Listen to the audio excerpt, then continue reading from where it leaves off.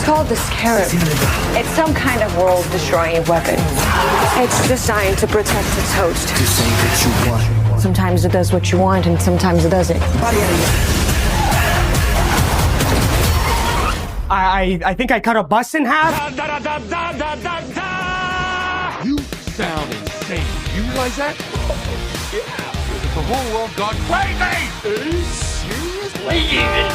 It's showtime. What's going on, Mam Fam? It's Richard and Ken here.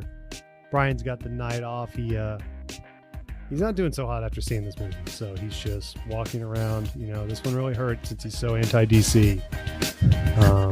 To have some positive thoughts. He's really struggling. So he's just wandering around DFW right now, getting his things together. But we are here. We did this last time. We had a count of like how many. There we go. It's our 14th DCEU movie. I don't know if we've done all 14. We've done close to that. I think we might have. Yeah. At this point. I can't think of any that we said. Oh, did we do? No. Yeah, I think we have. Most of the time we got Shane in the mix. Shane's out this week too. So it's just Richard and Ken talking DC, you know me, I've got so many opinions on comic books. So I'm going to bring the heat here, but no, this should be an interesting conversation because it's a little different and we can start this off. Ken, how are you tonight before we get into this? I'm doing great. I think Brian's out because it's finally sunk in that he probably lost the movie draft. So he's having to take a few weeks. Yeah. That's true. To prepare himself for whatever movie the VIPs vote that he has to review. I think Barbie carried me, man. I think you're the champion, the back to back. Yeah. If I have a good Oscar season, we got a dynasty on our hands. Perhaps. But we'll see. Brian will have the first pick of the Oscar draft, though. So if he nails that, then it might be over early. It might be. So he's probably going to pick this, I would think, but no. So yeah, we're here talking these. It's an interesting time. Before we get into the nitty gritty of this movie, I want to talk about, as we always want to do on here, what is what is the DCEU? Where are we? Where does this live? It's so funny that like they actually finally made something that's like a property no one has really done before in an original way with like a diverse original cast of kind of mostly people that folks aren't that familiar with, with some original insight and direction. And it's the swan song of the entire universe. Like, so funny. Like if this had been first, not to say this is a perfect movie, but I probably would have been a little more excited than I was when I came out of Man of Steel or whatever was first. If this had been before Black Adam, you're saying something like that. If this had been before Black Adam, or if this had come out like right after Wonder Woman, I would have been like, all right, they're doing stuff, but it's so, and who knows, like maybe this is like the cost of whatever Gunn's going to do to reinvent this entire universe. And you'll go, who cares? That was kind of a cool property, but if that's what we had to sacrifice to get actually good Batman and Superman movies, then that's fine. I think that, I think we're all kind of in that boat, but to that point, it's actually amazing. It just shows you how bad it had gotten with DC and Warner Brothers. The fact that they announced the Gunn stuff when they did, it's like, okay, it's worth winning everybody back now. Yeah. Instead of having these movies possibly tank because of this, because of what people know that. So funny. It's like they gave up basically those box offices to win back the fanboys like a year or two early. Totally. They could have kept all that under NDA. I'm sure it would have gotten out, but everyone could have just been like, I don't know what you're talking about. Kind of like with JJ and Star Wars, right? Until it was done.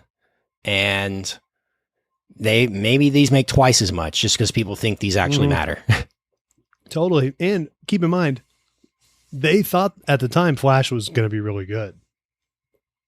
Like they undercut what they thought was like a really big and great movie for them. It wasn't, but from their point of view, so funny. But this is I was not familiar with this character. It's like one of the original superheroes, right? So, do you have any education on Blue Beetle? I have zero education on Blue Beetle. This is why we're missing Batman Shane this week, because he is the DC encyclopedia of the show. Mm-hmm. So I'll speak from the general audience standpoint on this one. Had no idea who Blue Beetle was, and I'm not sure, based on the box office, that anyone else in America did either. Yeah, it was not one they could really say, oh, they're making a Blue Beetle? I got to go see Yeah. that. Like they would maybe with Aquaman or Wonder Woman or sure. maybe even Black Adam to a nerdier extent. But Yeah. I think one of the main reasons this failed, independently of what DC fans know about James Gunn taking over, is when you have a property, I think that not a lot of people are familiar with, you got to have a star in the lead. You got to have Robert Downey Jr. be Iron Man. Right? So people have a reason to say, oh, okay. I'm not saying... Even at that point in his career, he's 50 times the star of Zolo here, right? I don't know. Not necessarily saying Zolo is bad in this. I'm just saying, like, this, if this was Bad Bunny is Blue Beetle, this makes more, you know what I'm saying? Like, if they had a real star in that role, I think that gives people a reason independently of who is this character? And now I need to research who this is. They're asking me to follow this, another mythos that I probably not sure if I care about, but they're asking me to buy in. At least you have a reason to go, which is, I think, what the appeal of Black Adam was. You know, by late last year, I think The Rock's stock had fallen significantly from where it was when they started making the movie. But at least you had The Rock. And because of that, that made 3 times more than this on opening weekend. Totally. Honestly, I was surprised this did as well as it did, because the buzz coming in was so... And in the movie's defense, after The Flash, you can tell Warner Brothers just bailed on any marketing budget. Anything that they had not prepaid, they pulled the plug. You know, they're just like, let's get this cost as low as possible. We're going to eat it on this because we've got this new thing coming. They have another movie this year. Aquaman 2. I know. That one's really interesting because, I mean, is he The Rock? No, but like there are Momoa fans. What do you think that one will do? And there probably are Aquaman fans. I think that one does. I mean, it's like Christmas. It's December 20, so it's going to be very crowded theater competition at the time. I'll go 35 million, something like that. Like a little more than this, but not anything significant. Wow. It looks really bad too. It won't have, this actually had some decent critical buzz and word of mouth. I mean, this is definitely like in the upper tier of DC Warner Brothers movies to me, right? Was it for you? Yeah, I think in terms of actually being a fun movie, this was way up there. I mean, these films have, in my opinion, been so depressing for so long. God forbid, aside from some moments in Wonder Woman, and in my opinion, I like Harley Quinn a lot, Margot Robbie in this, and I like Shazam. I think those are really fun. But aside from that, it's like, man, these are really dark, depressing. Yeah, really aiming for the Christopher Nolan roided out vibe, and they're just trying to counter program Marvel. And I think now they realize, okay, we can kind of be them without being them. Yeah. And this feels like as much of a Spider-Man Marvel derivative. I mean, when I saw the trailer, I was like, is this Iron Man 2? It felt like Iron Man to me because of the suit. It's a combo of the Iron Man suit and the Iron Spider from Spider-Man. Yeah. And so I was like, wow, this does look a lot more Marvel-y. And I think that's not necessarily a bad thing, but this isn't going to go anywhere. So what does it matter? Like, this character will probably never be in a movie again. So, wow, you did this really fun thing, and whatever momentum you're going to get out of it is going to run off a cliff because it has nowhere to go. You can't parlay this Blue Beetle love into Superman because it's not going to have any crossover whatsoever. Different characters, different tone. So, I mean, if this thing was a huge success, would they have had to do a sequel for it and do like this independent Blue Beetle CU? Yeah. I don't know. Yeah. They'd probably be like, that's what James Gunn to figure out. Work it in. Yeah. I mean, so much of what we talked about with this DCEU is not really at the feet of DC. It's just at the feet of Warner Brothers. You know, there's just so much, indecisiveness and weird, like they just bet so hard so early without any results yet, you know, and leverage this thing so much that if it wasn't great, and it wasn't even good, most of those movies, you know, it's like they just put so much money into like Snyder and then like doubling down on all of that. And, you know, honestly, the box office returns were decent at first, but they were diminishing every time. And, you know, it wasn't anything that really penetrated the culture at large. Like these movies should. These are made for mass audiences. And something like this, I think like the stakes were lower for Warner Brothers to not get as involved. And you just kind of have, you know, a director and a young kind of interesting cast that we haven't seen before. And, you know, kind of lets the DC come to the forefront a little more than the Warner Brothers. And it's much more successful because of circumstance. Now, if they had made this movie in like 2017, they probably would have had like they would have thrown 100 million at making Blue Beetle insufferable everywhere. But they kind of let this be this thing because they didn't want to spend money on it or really leverage it too high. When you know it, it's a way better movie. But so as we get into kind of the movie specifically, what did you think? I mean, I didn't know any of these actors. And it's cool. So I did do some research before coming in. You know, the character is not historically Hispanic since 1939, but has been a Hispanic character in the comic book since I think mid-aughts, 06 or something. So there was you know, I think that's really cool that they found that for this audience, for this group of kids to see themselves, you know, young Hispanic kids to see themselves as superheroes. It's something we haven't really seen in too much volume before. And, you know, kind of found this Latin cast that's, I wouldn't say mostly unknown, but unknown to me. And I thought on the whole was really pretty successful in the casting of this. Yeah, I thought it was a nice ensemble type movie. You didn't really have too many scenes with Zolo by himself. No. It was, you know, him with his family or him with his girl in the movie. And so, yeah, that was fun. I like the dynamic of the family. It's good to see George Lopez getting work in 2023. Yeah. Gotta love that.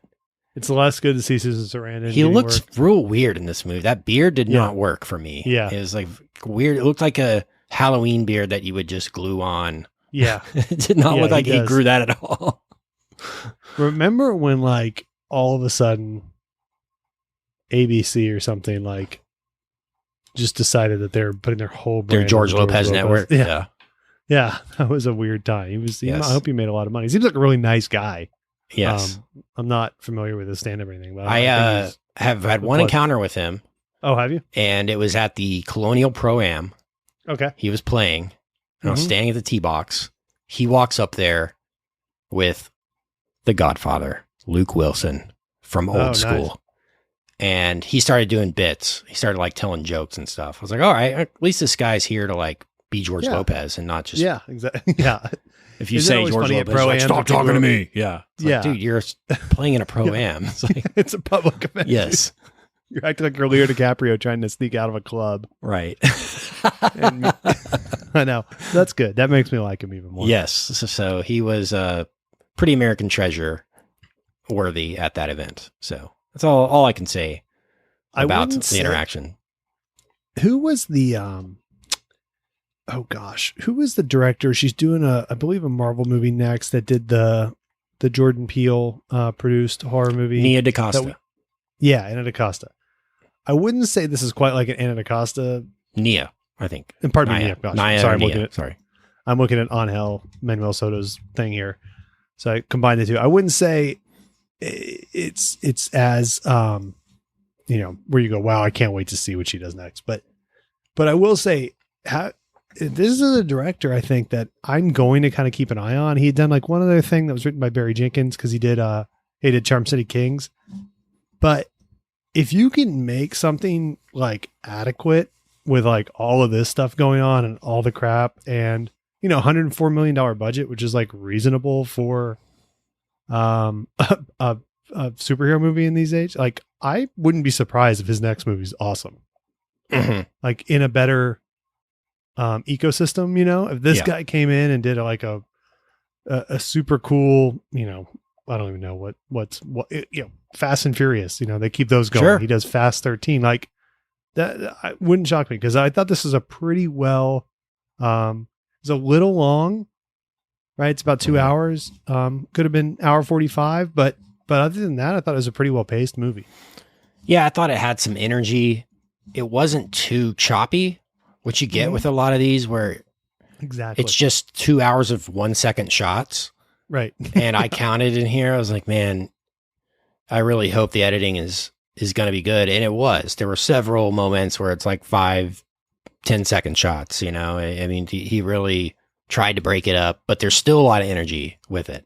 And so that's what I appreciated about it. Nia DaCosta's next movie, right? I do, but I'm blanking right now. Did you see the Marvels trailer in this? Oh, that's right. Yeah, well, I'm not super enthused, but we'll see. Man, it is just like Marvel to find young, promising directors and just give them a movie. And more power to them. I think that's the move you go for. Is hire creative people. So I haven't. Captain Marvel, I liked fine. Maybe one of the last Marvel movies. Other than Spider-Man, that was like really good. But like, I'm so, and it's not her fault, but I'm just like so. Everything I've seen from the Marvels is so like, man, I just don't care about any of the characters because I haven't seen like all 800 episodes of the show I'm required to see. I don't know. We will talk about that in that episode because I have some numbers to go over that might shock some people about Marvel and the recent Marvel phase. So I think the Marvels is probably the biggest test for superhero movies that we've seen in quite some time. Like, are they still alive or are they dead in the water? Or have people moved on to other bigger and better things? Because when you look at the DC stuff, starting with, let's go Black Adam, because 2021 was still post-COVID hangover. So Black Adam made $60 million. Shazam, 30. The Flash, in the middle of the summer, 50. And Blue Beetle, 25. Yeah. I bet they're thrilled with that 25. I thought it would make 13. It literally made twice what I thought it would make. And so it might have decent legs. Like, it's not going to make 100 million. Well, at least not domestically, but like the two things it has is, like I said, it's going to have decent word of mouth. People are going to say, and it's a bleak, as we have looked at making our schedule, it's a pretty bleak month ahead in terms of stuff coming out. And so it'll have decent word of mouth because people go, it's not bad. And then it has, an audience of a niche audience of, Hispanic folks that might be, kind of lingering out to see it because it's, representational and all of that. So I wouldn't be surprised if this does, like, now it did 25, like it could do. Would you be shocked if we did 12 next weekend, 10? And just kind of like, you would be surprised, or you think I would be surprised. Okay. I'm interested. It might linger on okay, but who knows? It's not where like everyone that came out of the Flash was like, woof, that's so much CGI. And, all of the social media was just bits about it and blah, blah, blah. I haven't seen too many bits about this. Yeah. Mostly it's well received. I just don't, I'm like, if Mission Impossible doesn't have legs beyond a weekend. Yeah, but that had two monsters coming out right after. That is true. This doesn't. I mean, I don't know. I mean, you're probably right, but I feel like, they a year ago they're devastated. Opening this weekend against it is Gran Turismo, based on a true story. Bottoms. Okay. And I think American Graffiti is back this week too. So that takes most of the fan base away from this American Graffiti alone, right? Yeah, that and Bottoms, yeah. Yeah. Big Rachel Sennott and fans. Jurassic Park back in theaters this weekend. Cool. So, I mean, there is some stuff, but yeah, I mean, if it does, that's fantastic. I think you can only hope for good movies to do well so that they take the right things away. Yeah. If they lose 50 million on this, like, they're probably pretty thrilled. I mean, it's made 50 million already worldwide, 45. I think it probably, 100? they like, probably got to hope that they lose 100 on it. Yeah. In marketing, they make the budget back and lose the marketing money. But like, to our point earlier, they like didn't spend nearly as much on the marketing as they normally would. Cause I think The Flash did this movie some favors, right? Where it's like, well, let's pull out everything that we haven't prepaid. So that marketing budget might be smaller than it normally would have been, which would help. Absolutely. Like if they made 45 on this on half the marketing budget that they were intending, they take that trade as they go into whatever the new iteration of this universe is. Like, that's actually not too bad in terms of a sunk cost. I mean, it's tens of millions of dollars, but it could have been way worse. Well, get me defending DC, man. I'm just so in the bag for them. That check better clear. Yeah. Yeah. That's the marketing budget that they spent. You've sold your soul. Yeah, totally. So, who had this in the movie draft? I don't even remember. I don't think it went, to be honest with you, because I think we started how I can look at. I have a spreadsheet of the pick. Oh no, wait, no, it did. If I remember, I think Brian. I thought Brian picked all the DC movies, and I was thinking, man, you have sold your soul for this draft. It better work out for you. Yeah, because I mean, he did take the Flash too, which I know he did not want to do. Yep. And Mission Impossible just sunk him. It did. Yeah, that was the one he needed to do. And I honestly deserve to lose with taking Indiana Jones first overall. But my second pick would have been Barbie. That was what I was debating. But I figured the volatility on Barbie was way higher than Indiana Jones. Well, you ended up taking Mario second. Yes. Because I got Barbie. I don't know how I got. I thought you got Barbie before I got. No, Mario. I went Indy. I knew Mario would make $1 billion. Yeah, so that was you're right. Mario's a great pick. It went Indy. You went Indy. Brian went Mission Impossible. I went Fast X. Then I went Guardians 3. Brian went Spider-Verse. You went Mario. Then you went Little Mermaid. That one hurts. No, I think that did pretty well. It did. I'm just saying against Barbie. Oh, yeah. And then Brian did Transformers, and with the 9th pick. Brian did Transformers too, selling the soul, brother. Yeah. I got Barbie with the 9th pick. Value, baby. Yeah, that's what I was saying on our last update. I thought you got that in like the 9th round or something. So that's the more impressive part of it. But to me, the logic was way more volatile. It was either going to be great or it was going to be terrible. Yeah. And I was like, in my mind, Indiana Jones was like, the worst it's going to be is like 63%. Yeah. On the tomato meter. And it ended up at 69. Nice little score.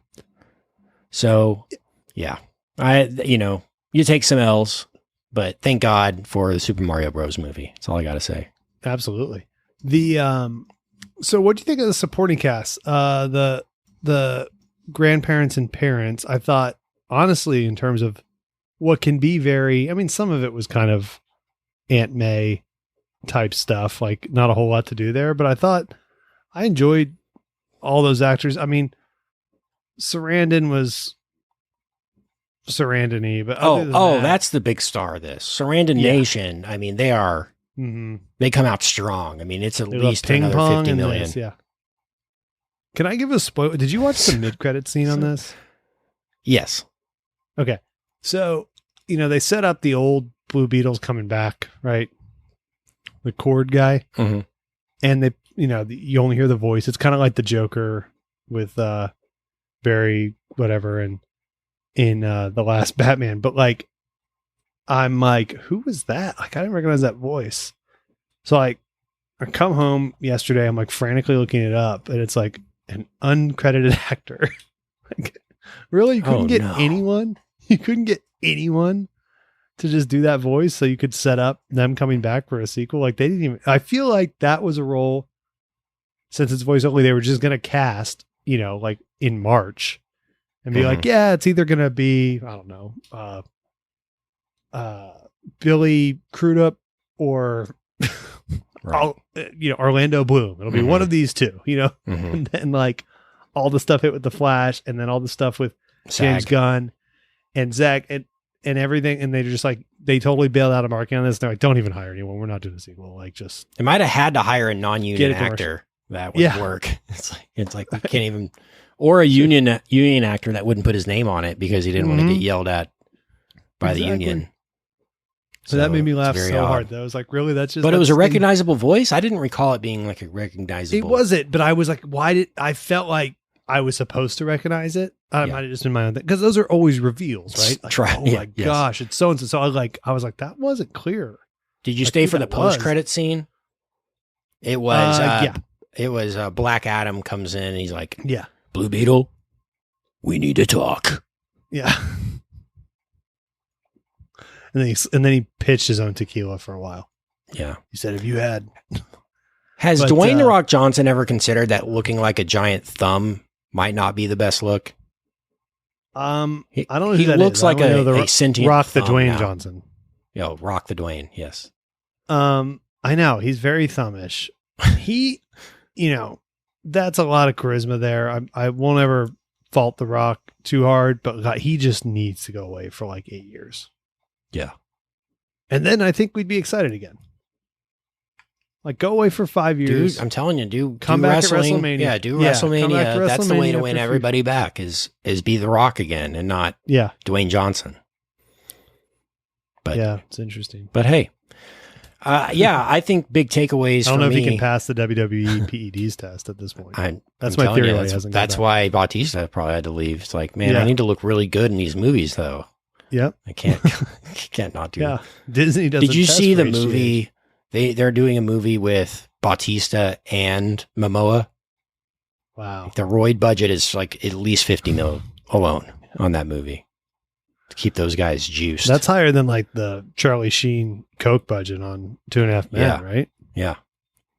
Well, 50 mil a season, but if you add it up every season, Oh, okay. it's actually more. Winning. I'm bringing that back. I'm gonna start quoting him all the time and talking about Tiger Blood. It's been 12 years, right? That's funny again. So here's my final question about this. And we can talk about it a little more. My final question I have for you is like the ultimate test of these films. Because it's interesting here because it's particularly in a vacuum because this isn't going to happen. But as this comes out, it's kind of won't say it's a great movie by any means, but it's kind of a pleasant surprise that it's not god awful. Would you be, if they were like, hey, same creative team's coming back, Blue Beetle 2, 2025. Would you, and you're walking into that movie, we're doing the podcast 2025. Would you be excited? I wouldn't be excited, but I would not be like, ugh. Yeah, same. I would just be like, That's okay. a real compliment. I think that that's is. like Yeah. the nicest thing I can say about this. Yeah. I wouldn't be dreading it. Yeah. The worst thing I can say about this, and again, I like the energy. I like that DC is trying to do something fun.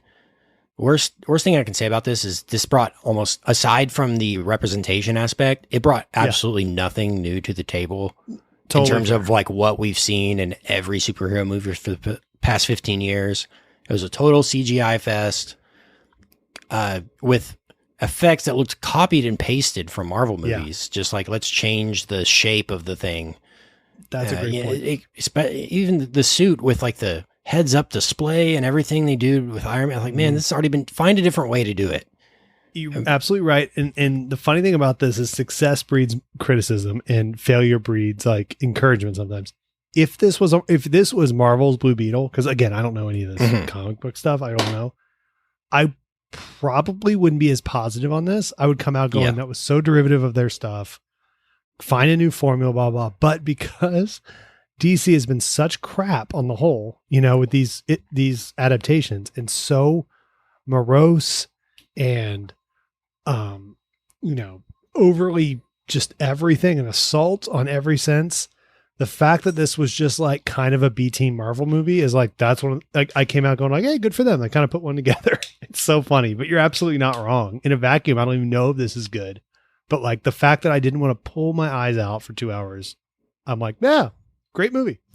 And it makes you think, in the big picture about why this didn't perform well in the bit, with mass audiences are people seeing trailers like this and they're just rolling their eyes? Oh, another CG fest. I want to see somebody fly an F-15, or I want to see John Wick really do these moves. I really think maybe audiences have gotten a little bit smarter since the pandemic. It's smarter, and also just like maybe they love this stuff, and like this is the thing people love the most. But like there was a threshold, and maybe that threshold was like 35 of these. Like you make and that's combining DC, Marvel, and everything. But like people were really cool with these for a long time, mostly because most of the Marvel stuff in its original iterations was pretty good. But like people were into this. This was like the one piece of mass entertainment that everyone could kind of agree upon. We'd all go see Marvel movies, and we had a huge threshold for it. But like, and then the DC ones were like much lesser, but like, okay, there's the set audience for it, blah, blah, blah. But then, after 40 of these, people, I think finally were just like, all right, I'm out. And that goes for Marvel and DC at this point. So it's going to take something, I think, really, these just come and go now. They're just, because they always were kind of like, fluffy and meaningless, even though entertaining and good. Now you feel even more like these just don't linger on the culture at all. It's like a Thor comes out on Friday and it's like everyone's excited, and on Sunday no one thinks about it ever again. Like it's so temporary. Part of that's everything in culture now, but it just feels like these are just in one ear out the other, even if they're good. And especially if they're mediocre, like most of these have been from both production companies the last year and a half. And then you add in people put on Disney Plus and they're asked to watch 40 hours of Loki so that they can understand why Iron Man's still dead. Like it's just the threshold has been reached.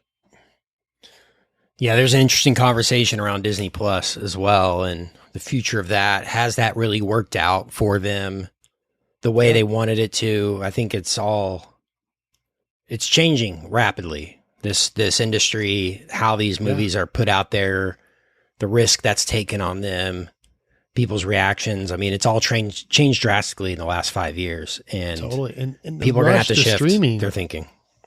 And I was, by the way, I say this with all like transparency and stuff, and I honestly still don't really understand how all the machinations of licensing versus own content and whatever, but it's like, I would have told all these people, like, it seemed like great strategy, hey, Disney, pull all your stuff off Netflix, launch your own Disney Plus, HBO, get your own, HBO Max thing going. Everyone, this is the future. Netflix has proven it. Go to streaming, make content, make people pay you $10 to $15 a month, and you will make more money than ever. I would have said the same thing. I think I would have said that's the future. And it wasn't. Like, we were all wrong. And this rush to streaming, these things are losing tons of money. The problem is that, their ability to crank out new content and quality content isn't up to par. And people get only, so having the movies, the back catalog available only gets you so far. It probably gets you, somebody buys Disney Plus. After 6 months, they've watched all the movies that they wanted to go back and watch. And unless you have a kid that's just going to pick it up and turn on whatever movie all day, every day, it's not worth it to you to make the time to watch everything. I mean, Star Wars is my favorite property, and I'm like 3 seasons behind on the Disney Plus Star Wars stuff. Like, it's my favorite thing, and I can't even get time. And that's part of it too, is like so much of it, even the stuff that's good, is like so cinematic. Like, not necessarily cinematic, is not the right word. And there's another one starting freaking today, Ahsoka. Right. So I'm 4 behind. TV like is kind of built to be somewhat bingeable, in that, like, I don't want to give my entire brain over to this. I kind of want to just relax and whatever. And like, some of these shows are like, they are 10-hour movies. They're 12. It's like a Game of Thrones every 6 months. I mean, and you're just, even if it's so much investment. Love the like Andor's great, but like, it's like I've got to be locked in on this for 11 hours, and I'm just not. Some people are built for that. That's great. I'm not. And it's hard. It's like, and then everyone just kind of feels behind all this stuff. And you're right. Like, but then the catch-22 of it is if they're not putting out a show every 3 months, that's like well produced and financed and with like stars in it, then people don't think the streaming platform's worth anything. Mm-hmm. It's been funny. Like the most messed up company coming into this, I don't know if there was a grand strategy or if they just got lucky because they just were so far behind. Is like Sony is making a ton of profit just licensing their crap to all these platforms. They're just like, yeah, we don't do that. So just pay us. That's what everyone was doing when Netflix started, and they're like, so Netflix is making too much money off our movies, so we better do this. And it turns out that's a better business for everyone but Netflix. Yes, it's a better business for them to have their stuff on Netflix than it is to have it on Disney Plus. Like more people 100%. Would watch it than yeah, and they can charge a ton more now probably if they do that because Netflix has the money to pay. Totally. And there's this thought now of like, do we work out deals with Netflix where like you basically treat Netflix as the movie theater? Mm-hmm. Exactly. And you say Netflix has an audience. People are just that one. People just don't cancel. They're there. What if we put season 2 of Andor on Netflix for 2 weeks? Right. You know, and let it build an audience and then say, hey, if you want more of this, it's over on Disney Plus forever. Mm-hmm. But like what, you know, and using Netflix as the cinema house, the digital cinema house, I'm going for. I don't know if that's a good strategy. I think that's a great. I mean, I think there's just too many egos at play there. They're not willing to say we need your help. Yeah. No, I agree. And then, I mean, this is like, I hate to. Actually, kind of makes sense with this conversation because Apple might be rumored to be buying Disney at some point or some aspect of Disney, but Steve Jobs used to say in the 90s when Apple was making a comeback that Microsoft doesn't have to lose for Apple to win. Mm-hmm. We can both exist and be successful. And I think that really applies to streaming. Like we can find a way to coexist together and everybody makes money instead of us just trying to take each other's customers. Yeah. Disney Plus is the place we don't even, we don't make content without selling it to other places, but it's the place where the Disney vault lives forever. So to your point, when you have a 6 through 12-year-old, you're going to have Disney Plus as just, to keep yourself sane. And it doesn't cost us anything because we subsidize that cost with selling our new stuff to Netflix or to theaters, and we can get that back going again. And then of course it all feeds the theme park business, whatever. But again, I don't know if that would work either, but how it currently is structured is not working. And, this, get back on Blue Beetle, like this was initially developed right as an HBO Max movie. Yeah. I mean that in our part. Yeah. And, that just is indicative of, their strategy changing constantly too. It's like theatrical. Okay. Then COVID. Well, everything goes to HBO Max and then breaking people of that habit. Then it's got to go to theaters before HBO Max, blah, blah, blah. Mm-hmm. So it's so, in the moment, there's everything is really these big shifts and, no real vision. And I don't have the vision either. I mean, you look at even things like I'm actually putting a deck together on this for work. It's like, you even look at things like ESPN now, Pixar and Marvel were bought with ESPN money, right? Cause the hated cable bundle turned out was a golden goose for Disney because they were getting $8 from 100 million people every month. Yep. For ESPN as part of that cable bundle. And now that's taken a nosedive. They've not made up those subs with ESPN Plus. And now it's a loser for Disney. ESPN's losing money because they have to spend so much money on live rights to be viable and blah, blah. Keep saying blah, blah, blah. Sorry. Everyone's just convinced that modeled was broken when in fact it wasn't really broken. We were just bored. Yeah. It might have been a little broken for the consumer, but it sure as heck wasn't broken for the Disneys of the world. And maybe not but cable TV, you could pay $50 a month and have 700 channels. Yeah. I mean, I think that's a pretty good deal considering what we pay now for what we get. Sure. And like, honestly, if they had just made the UX better on digital cable, getting stuff on demand and stuff is really like YouTube TV is now. Terrible. Like if it was like that. Yeah. Yeah. I think people would have unlimited DVR, watch on your phone, all that kind. Yep. You're right. It turns out, and who knows if we can figure out a way technologically and maybe the Sunday ticket, things like that will lead back to it. But Quibi, it's so wild. You're right. Yeah. That turned out to be a really good system for like the ecosystem of entertainment. And we broke it apart because we thought we were going to the future and maybe we still are, but that future is not profitable. Part of the reason both writers and actors are on strike right now too. And a lot of revenue goes away. It's not unlike too, like, I think it was Matt Damon or someone did that long speech of like, why does no one make the $40 million movie anymore? And he's like, well, because like there were these things called DVDs for 10 years and you like couldn't lose money. You could make, if you made a $40 million movie, even if it made 15 million at the box office, if it was good, you were going to sell 50 million in DVD sales. And then everything was subsidized. And then streaming comes, it's so much better. You don't have to have these discs. Everything's immediate, so much better content. Well, guess what goes away? There's a cost with that. It's like the Arab Spring. Like, it sounds, understandably in the moment, I'm one of these people. It sounds like a great idea to get rid of like all these tyrants in the Middle East, but sometimes what comes next is worse. and trust me, as somebody who works in a subscription-based business, it's very hard to stay afloat without ads. So when people get angry, cancel because, they added ads, or now I have to watch ads before, it's like, dude, that's the reason that they can do what they do is because of these ads. So just deal with it. You know, that's honestly how I feel about it. I mean, it's how they make money on this thing. Yeah.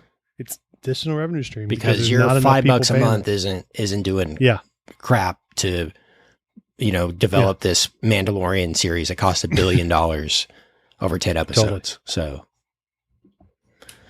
yep, I see it's going to be interesting to see 1 year from now where we are with DC, with HBO, with Netflix. Even movies. Will we all still be on strike? Yeah. The real power move would be if Netflix bought AMC, and then it is the movie house.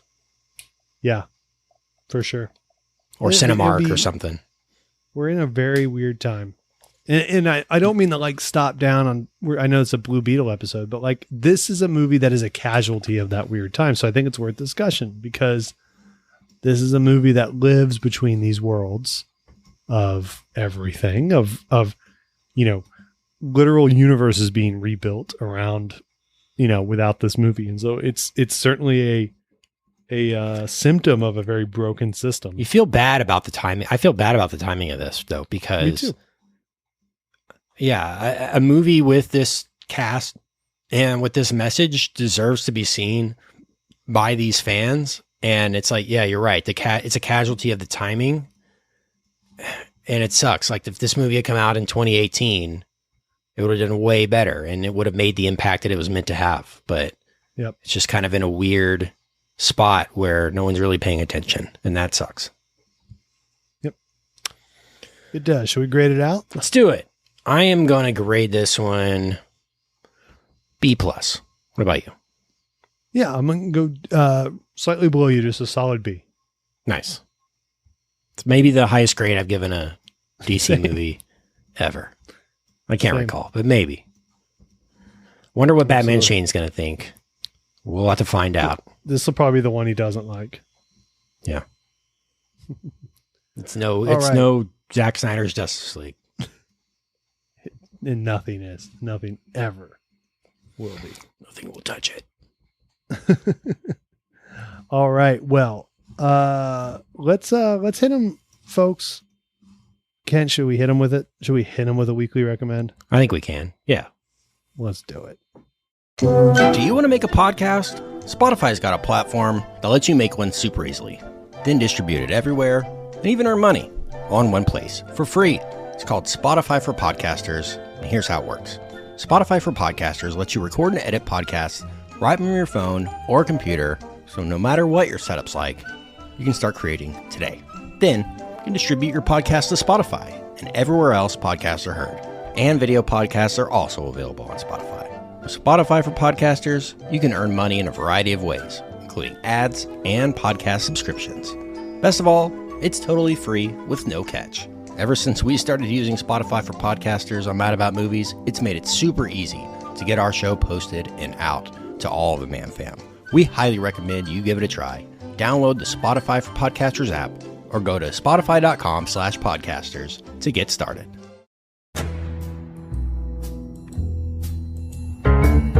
Weekly recommends. Kent, what you got for us? Yeah, I'm going to recommend this show on HBO that the Safdies are doing, Telemarketers. Have you watched this yet? Mm-hmm. I haven't. It's been recommended to me twice now. And it's definitely going to be shortly on my list. I'm excited. I like the Safdies and all that. You dig it? I dig it. It's basically these guys that worked at this telemarketing company, and one of them basically filmed himself the whole time, him and his buddy, and they kind of turned it into this documentary. But some of these people in this are like, how are these real people? How are these not actors? There's one guy that is Chris Farley, like an exact twin of Chris Farley, the way he talks, acts, the drug use. I mean, there's some pretty shocking stuff in this, but it's basically about telemarketing and as a whole and how many tens of millions of dollars they make yearly doing this. And so it's really enlightening in that front, but it's also very well done, very well produced. Nice. And I think you'll dig it. Nice. I'll have to check it out. Yeah. I'm fascinated by that world. It's the worst, but yeah, oddly mesmerizing. Okay, well, I've got mine. Mine, as we record this, is a great one. I think I've recommended it before, but it's great timing. We got a Frasier reboot coming, as you know. Oh yeah, in October 12th on Paramount Plus, the world's greatest app. And I'm going to recommend the original run of Frasier because it's just enough time now. You got about 6 weeks before the reboot, which may suck. Who knows? But like, if you've never done, I feel like Seinfeld, Friends, understandably, great shows. Get most of the 90s love. But as I've rewatched all of these, Friends we did, and Seinfeld we did throwback seasons on all the episodes of those. Man, I wonder sometimes this one might hold up the best. Frasier is so good, so funny. So many great lines of characters. Kelsey Grammer, weirdest guy in the world, I'm sure, but like, gosh, he's a great sitcom actor. And David Hyde Pierce and everything. The cast is incredible. Some of the best writing ever.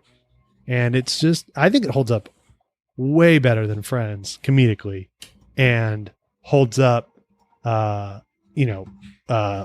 on the level, on the same level as Seinfeld comedically. So, yeah, great show that I feel like some people like in our audience demographic maybe missed because it seemed boring when we were kids because it was about this it seemed like about this erudite show that's like above us, but like it's a pretty stupid, farcical, goofy show. Just it's about smart people, but like it's a very standard sitcom. So it's an easy one to just put on before bed while you eat dinner or whatever and just laugh at. So Frasier's great, and so catch up before the reboot, which may be terrible or may be great too. It's got such an interesting tone to it. Just the dialogue and the way it's written is oddly like Shakespearean in a way. It's just sometimes, something like you've never really heard in a sitcom is the way these people talk and interact. It's got a very unique quality to it that I can't really pinpoint. They'll do 9 minutes of just like purely physical, straight out of the Marx Brothers farce, where it's just like people going in and out of doors and all that, like really silly stuff. It's got all of that too. So I just think it's especially, I think if you're interested in comedy, the writing and direction of it and the way, and it's a great acting lesson too, because like, these characters are like, they're overacted in a way. And that might be a little bit what you're speaking about. It's theatrical in a way. The acting is so huge, but it's not against character. Like it works. Just like the way Frasier talks is just such a unique way of speaking. And that's, he has a beautiful speaking voice. Like all jokes aside about Kelsey Grammer, that dude has one of the best pair of pipes. His singing's meh, but just as a speaker, like I could listen to that guy narrate anything. How dare you? I know, our theme song. But it's coming back, man. One of my favorites. So awesome. If that's one that's like a blank on your 90s pop culture resume, fill it in. It's fun. The season's going to end with Niles like walking in, isn't it? It's got to, right? Yeah. Yeah. Niles is... You can't not have Niles in. Costanza, Niles. Man, I'm trying to think. Oh, Michael Scott. Yeah. That might be I don't know who my Ringo would be, but that's probably at least for males. Joe Bluth. Joe Bluth's up there for sure. Buster Bluth's up there too. Tobias is up there. Yeah. Yeah, probably one of those three. Yeah. Ron Swanson, maybe. I don't know. There's some great ones, but Niles is Pantheon. 100%. That's awesome. It's just 8 episodes, right? Or is it 8 to 10 is the new one? Yeah, but the old one is ton. It's like 22 episodes for like 10 seasons. So like it is a lot, but they're 22 minutes. You can crank through them on Paramount Plus, and only season 1 has the really bad 90s sitcom mullets. Seinfeld's got a couple of those seasons too. All the men in 1992 decided to let the lettuce grow a little bit, but and puff it up too. It wasn't like let's just have long hair. It's like no, let's tease it as well. But after that, I promise for those, and honestly, like the apartment and like the set, kind of like Seinfeld, like actually aged pretty well aesthetically, so it doesn't really feel as old after you get through season 1. Awesome! Can't wait for your thoughts on that. Yeah, my friend, that's gonna be great.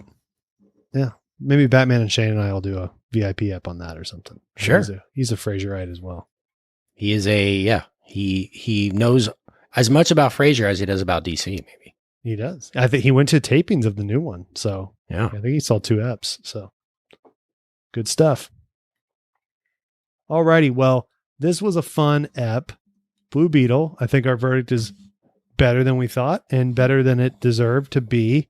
And we'll be back with Brian in tow in the next couple weeks. Not going to lie to you. Rough slate ahead in terms of movies as we bridge the gap from the summer season to the Oscar award season, but we're going to have fun with it. We're going to make it fun. We're going to bring the energy. We've got some movie draft results and some movie draft drafting to do for the next season of that. But but look, there's people that listen to this show for us to review movies that are out and in the zeitgeist, and there's people that listen to the show for us to bring the energy and the bits. And I feel like if that's that, you're going to have a great next 5 weeks because, it's Gran Turismo season, baby. Let's get there. All right. Until then, we will see you at the center. Goodbye. Hey, baby, I hear the blues are calling. Tossed salads and scrambled eggs. And maybe I seem a bit confused. Yeah, maybe, but I got you pegged. But I don't know what to do with those tossed salads and scrambled eggs. They're calling again. Scrambled eggs all over my face. They're making me yah-yah. The salads and scrambled eggs. They're calling again.